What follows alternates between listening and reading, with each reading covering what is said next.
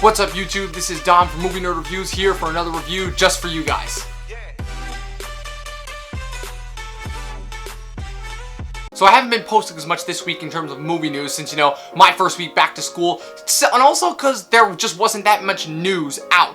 But for my first movie weekend back to school, I had to decide between this movie or The Light Between Oceans, and I went with this one. So here is my official review for Morgan.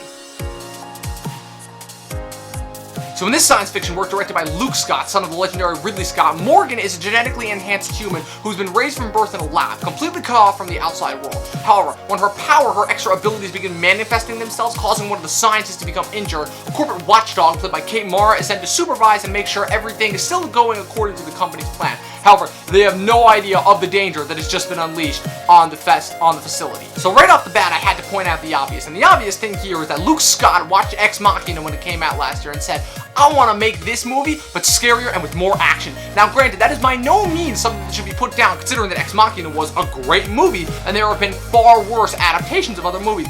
There is only one problem. Remember that whole thing that happens a couple times now where there's movies that seem to be exactly the same that open shortly one right after another, say like Armageddon and Deep Impact, or say The Prestige and The Illusionist? Well, people, we got another one. Other than the fact that the movie was trying way too hard to be a much more friendly version of a far superior movie that was released last year, the movie wasn't actually that bad. The problem is that the humans playing God and getting their asses handed to them angle has been played out so many times over the years since, Spielberg retconned it with Jurassic Park, and Hollywood is finding it a little bit harder and harder each time to come up with new ways to renovate it. So that part was predictable right from the get-go. I knew that Morgan was going to prove way too powerful to handle and that she was going to break out and kill everyone, and I figured that out pretty much going into the movie.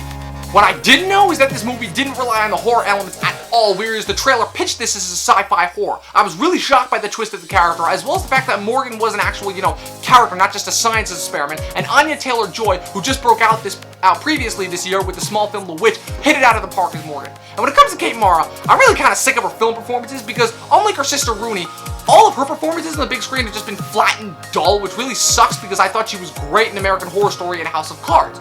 So I wasn't expecting really anything mind-blowing from her, so I was completely shocked by her character's revelation at the end of the movie, which is extremely weird considering the fact that I should have seen it coming based on her previous film performances. The other cast members were all good. Shoutouts go to Toby Jones, Rose Leslie, Boyd Holbrook, and Michelle Yeoh.